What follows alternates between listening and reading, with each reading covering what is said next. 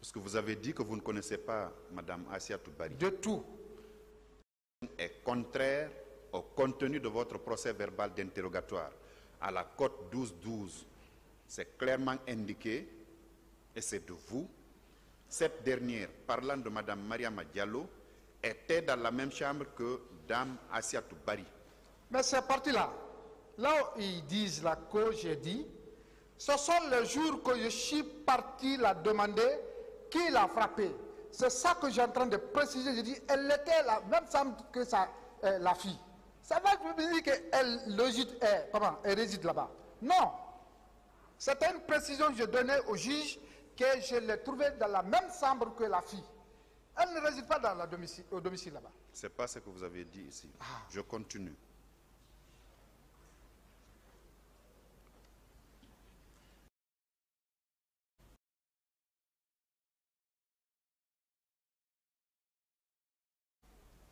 Le tribunal vous a notifié les faits pour lesquels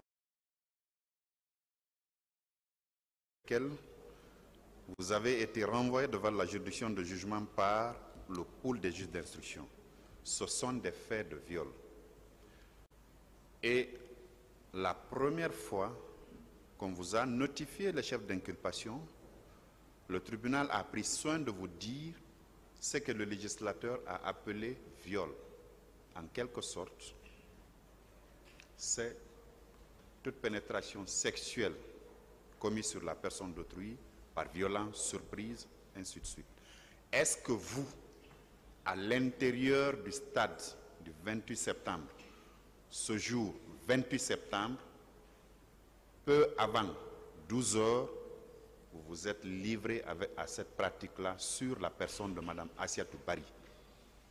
Monsieur le procureur, non seulement moi, mon éducation, ma formation ne me permet pas de violer la femme, que ce soit au stade ou hors stade. Si j'étais violeur, je vous le jure, dans la salle, j'ai plein de filles.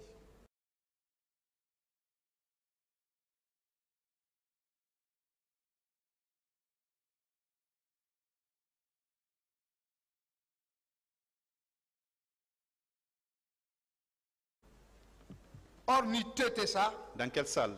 Dans la salle de judo, j'ai fait sentir ma troisième dame.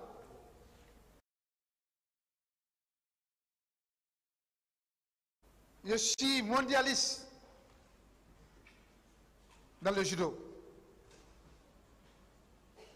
Donc, non seulement ça ne me permet pas de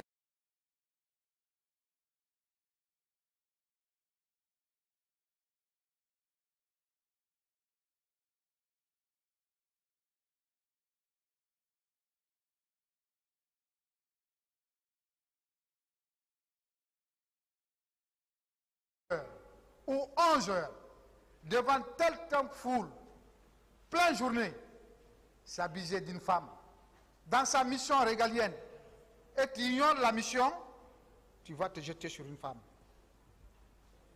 Même si j'allais sacrifier ma propre solde,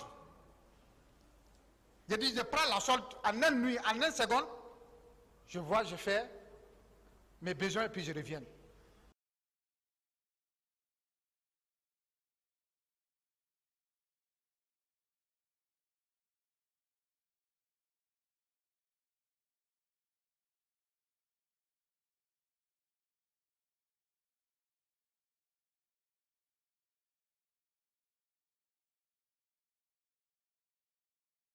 D'accord, vous ne l'avez jamais fait. Je ne l'ai jamais fait. Je vous le concède. Sauf que la dame est formelle. Elle est formelle que c'est vous. Et quand vous êtes venu vers elle, d'abord pour la neutraliser, vous avez donné 2 coups de crosse. Elle est tombée à terre. Ensuite, vous vous êtes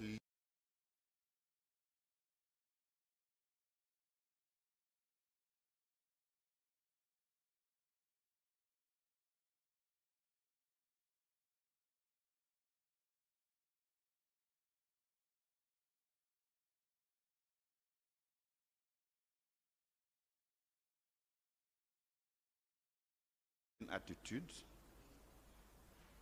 en l'injuriant de manière assez grossière, avant que vous ne tombiez sur elle. Les deux militaires, elle ne peut pas les identifier, mais vous, pour vous avoir connu au préalable, elle indique que c'est bien vous. Vous n'étiez pas le seul gendarme au stade du 28 septembre. Vous n'étiez pas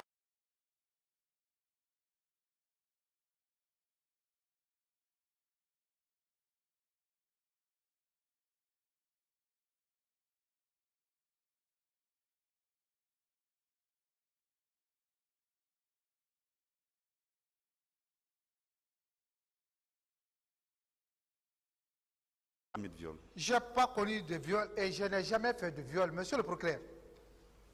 Excusez-moi très fort. Elle m'indexe, moi, plus deux autres agents.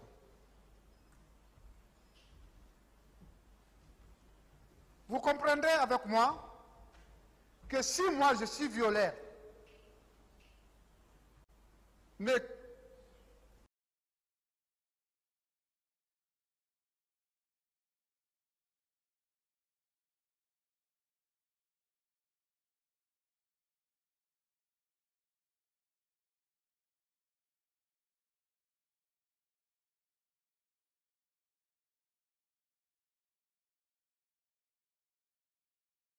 je suis en train de violer une femme, on m'arrête, mais ils ne vont jamais se permettre s'associer avec moi, même s'ils ne connaissent rien, violer une femme dans la maintien d'ordre. Ça, je vous le jure. La promotion 2008, Wallah, ils ne le font pas. Jamais plus jamais. Lesquels? Les autres fusils.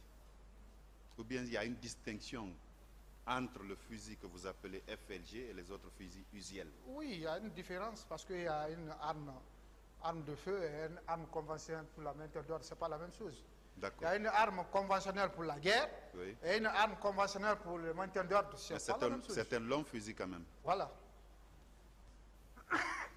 C'est avec ce fusil-là que vous l'avez tapé, c'est ça? Je ne l'ai jamais tapé quelqu'un avec ça. Je n'ai même pas descendu de pick-up. D'accord. Jamais. Parce que vous dites que ce sont des allégations que la jeune dame est en train de dire, que c'est vous qui êtes en train de dire la vérité. Non. Le tribunal appréciera et saura faire la part des choses. Merci. Merci, Monsieur le Président.